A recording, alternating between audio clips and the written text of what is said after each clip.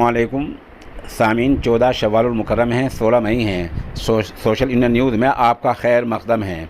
ख़बर का उन्वान है, गयानवापी मस्जिद का सर्वे मुकम्मल हो गया है। सर्वे में क्या हुआ है, किस तरह एक वकील ने झूठ बोला है, किस तरह वहाँ शिवलिंग की बात कही जा रही है और सच्चाई वहाँ क्या है, रिपोर्ट कब पेश होनी है, मामला पूरा क्या है, आप पूरी खबर सुनें।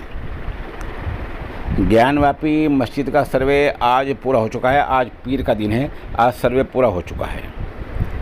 कल सर्वे टीम के सामने सर्वे रिपोर्ट पेश करेगी, यानी कल 17 मई है।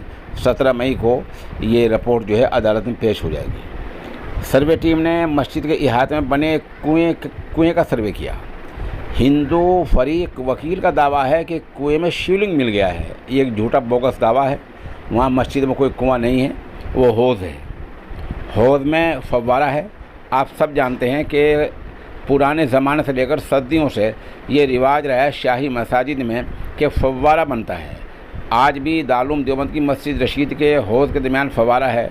मुल्क की सैकड़ों हज़ारों मस्जिद के दरमियान फव्वारा है। ऐसी ज्ञानवापी मस्जिद के दरमियान में जो हौज़ है वहाँ फव्वारा बना हुआ है, उसे नहाए लोग सर्वे में शिवलिंग बता रहे हैं। ये इसकी हकीकत है। आज मीडिया जो ऑनलाइन ख़बर ला रहा है वो यही ला रहा है कि वहाँ शिवलिंग मिल गया है। ऐसी बात कोई बात नहीं।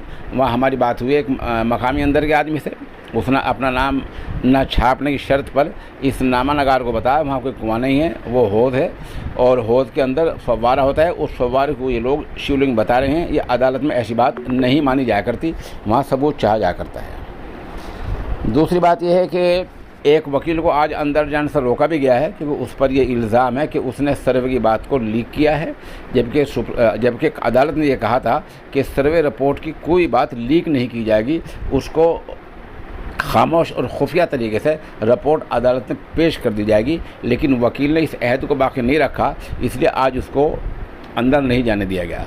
उधर खबरों में बताया गया है कि हिफाजती बंदोबस्त बहुत ज़्यादा किए गए थे। बहरहाल ये खेल जो है ये खेल ही है, ये ड्रामा है और ये बाबरी मस्जिद के तर्ज पर एक हमला है और इस मस्जिद को हथियाने की बात चल रही है। दरअसल जो बुनियादी मसला है वो उस कानून का है जो पार्लियामेंट में 1991 में पास हुआ था। उसको सुप्रीम कोर्ट ने माना है।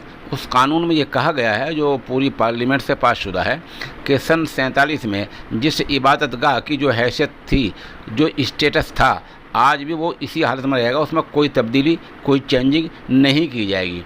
हमें नहीं पता कि जब ये कानून पास हो चुका पार्लियामेंट से तो आखिर आज ज्ञानवापी मस्जिद का और कल मथुरा की ईदगाह का और फिर और मस्जिदों का ये आखिर सर्वे का फितना और शोषा क्यों छोड़ा जा रहा है। ये सही मानों में मुस्लिम इबादतगाहों को नुकसान पहुंचाने वाली बात है।